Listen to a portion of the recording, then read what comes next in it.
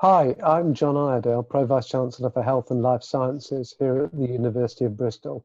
Welcome to this next episode in our series of Fireside chats with key members of the university community who are leading the charge in COVID-19 research. Although it's several months since COVID hit our shores and led to the radical changes to our lifestyle that we are now coming to terms with, there is still an awful lot about the virus that we don't know. Many of you will be aware that there is a debate going on at present about the value of wearing masks to reduce the spread of COVID. The debate surrounding masks depends on high quality science relating to how the virus spreads, how the virus survives outside of the body, but most particularly the behavior of the virus and its survival in droplets and in aerosols.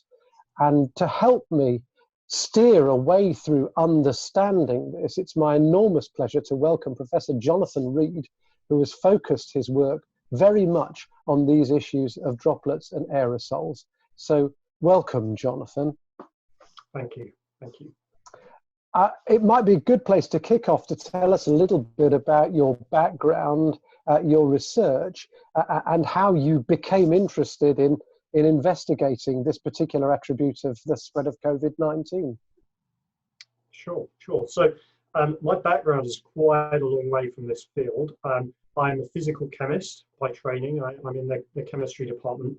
But really, in recent years, I have focused a lot on understanding aerosol particles. So that's any particle that's in the gas phase.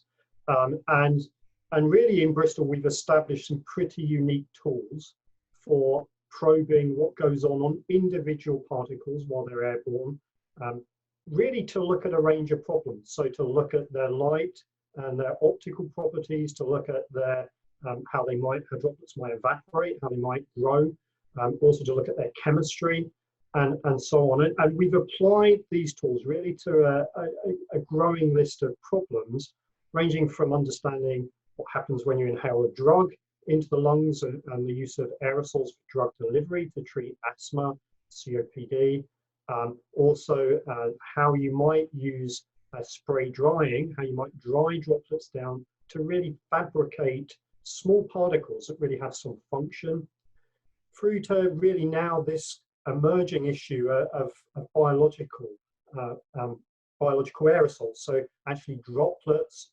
airborne particles containing viruses and bacteria. I guess I've strayed quite a long way from physical chemistry. That's pretty much where aerosol science is, because it's a very multidisciplinary field. And so that's in Bristol, we have a unique set of tools. We also are host to the EPSRC Centre for Doctoral Training in Aerosol Science, and the director of that. So that hopefully sets a bit of a context for how we're involved in this problem. Thanks, that's a very, very helpful introduction. So would you like to tell us a little bit more then about what you're doing specifically in the context of COVID and COVID infection? Yeah, so really it's been a continuous process for much of my academic career, really, and independent career, to develop these new experimental tools. And we now can look at the properties of these individual droplets, which I've already suggested.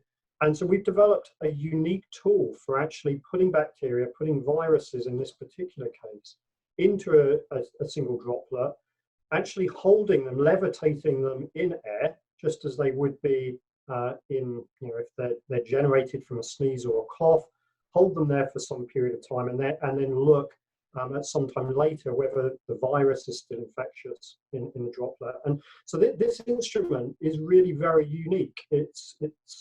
There are a few other tools in government labs around the world which are based on really quite conventional technology, which dates back to the 1950s. But we have really quite a unique tool here for looking at what happens to the virus when it's airborne.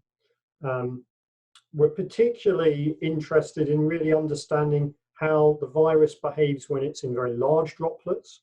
So if you sneeze or if you cough, you'll generate lots of droplets. which are typically around the diameter of a human hair, perhaps even larger than that. But you'll also generate a lot of particles which are much smaller than that.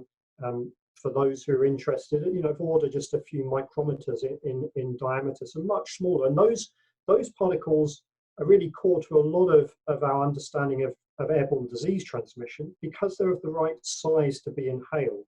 So actually they're typically of a size where actually they don't deposit high up in the mouth and the nose, but they actually can make their way down into the lung. And so actually if the virus is in those respirable particles, that's could be quite an important mechanism for the transmission of the disease and the transmission of the virus. There are really three questions surrounding this. One is the virus actually airborne? Have people seen it in air? Then secondly, when it's in the air, does it remain infectious? And then the third question is there sufficient dose when you inhale these particles? Now, people have really identified that it is airborne. So through taking samples, air samples, through looking at samples from, for example, vents on air conditioning units, they've really identified the RNA, the signature of the virus, suggesting it is present in air. But really what we're interested in is answering the question, does it remain infectious when it's airborne?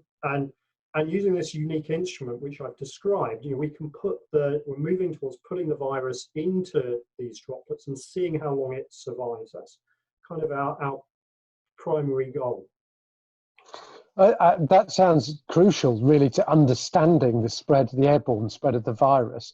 I was struck, again, 35 years a physician, and I'd never really thought about a sneeze in the sort of physical way that you described it, with respect to the droplets and this combination of what are comparatively large droplets that might find their way into a mouth or oropharynx, and then the aerosols, which of course, as you point out, could be inhaled and could go much further down and into the lungs with significant consequences for infection.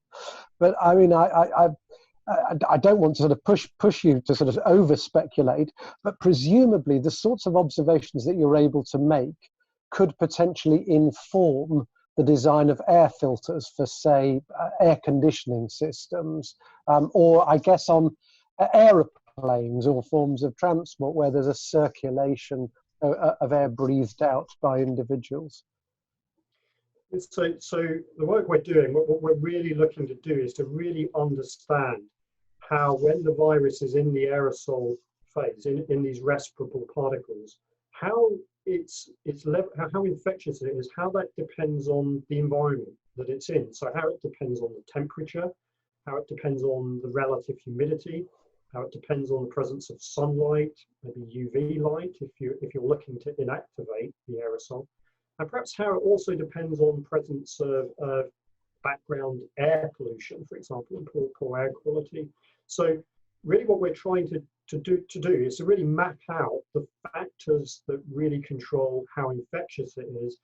That has consequences for understanding, as you suggest, how you might use air conditioning, how we might change filter design to actually ensure that we use air conditioning and air circulation in rooms to remove the virus. Also how we might use temperature or light to inactivate it. But it also gets at a much more fundamental question, in that we just don't know how long it remains infectious or how long it survives while it's airborne. And there are two very limited studies which have looked at this. One has suggested that it can remain infectious for 1 to 2 hours. Another study has suggested it could remain infectious for more than 16 hours. And so really we're trying to not only measure that time, but also work out how that time depends on the environment that the aerosol and the virus is actually in while it's airborne. And I should also say it comes somewhat into understanding things like physical distancing. So physical distancing is very much based on the assumption that the virus is carried in symptomatic individuals who are sneezing, who are coughing, and they project these very large droplets containing the virus.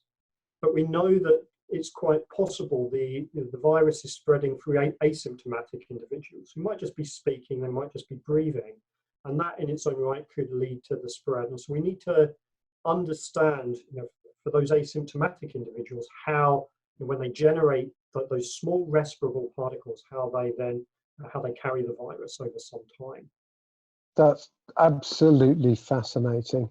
I'm aware you're very busy, and I don't want to keep you any longer than I have to.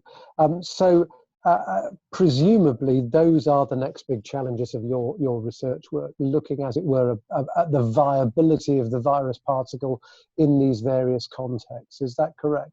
Yeah, that's very much where we're focusing. We've put together quite a multidisciplinary team across 3 faculties to really meet this challenge. And so we're part of the larger Bristol Uncover group.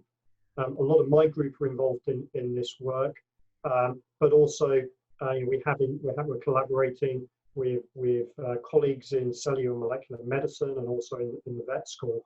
And so I think it's a real illustration of actually the multidisciplinarity that this challenge requires, but also how Bristol has a lot of expertise in this area. And so we're actually, to actually work with the virus, we have to work with it under high containment. We really have to obviously understand a lot of the safety issues of working with the airborne virus. And so actually a lot of the work up to this point has been about building the instrument so we can actually put it in high containment and run it in an automated way, almost, but also then working with virologists, working with others to really work out how we then can use this really novel piece of equipment to really look at how the virus is effective when it's airborne. So, I think, as we would always expect with research, it's always difficult to put a timeline on that, but we're hoping to really, the instrument is now in the high containment lab, we're beginning to test it, we're hoping to do some measurements to start with on influenza A, just on something which we hope we have a bit of an idea. For example, we know that there is some seasonality to flu and the transmission of flu, and actually that may play out because of the temperature stability. And so we want to get some idea the instrument's working correctly, we get something sensible, and then we move on to look at the SARS-CoV-2 virus. I should also say there's a lot of growing concern about aerosol generating procedures in a clinical context. Now that could be through extubation, bronchoscopies, mechanical ventilation and so on. And initially they can generate aerosol, and we don't really know whether that aerosol contains the virus. And so another area we're beginning to do some thinking on is how we can understand the aerosol that's generated in a clinical context through those aerosol generating procedures. That's fantastic. Thank you very much indeed, Jonathan. As I said earlier, I know that you're extremely busy, and I'm very grateful to you for taking time out in order to speak to us about this exciting, extraordinary, and really important research. In the final moments, you touched on something which has come out in several of the podcasts, which is not only the necessity for a multidisciplinary approach to dealing with the challenges of COVID, but actually the hugely effective way in which colleagues at the University of Bristol have coalesced into such multidisciplinary teams in order to rise to that challenge, or indeed those challenges, and you've exemplified another group doing exactly that. So on behalf of all of us, thank you very much, and most grateful for your time.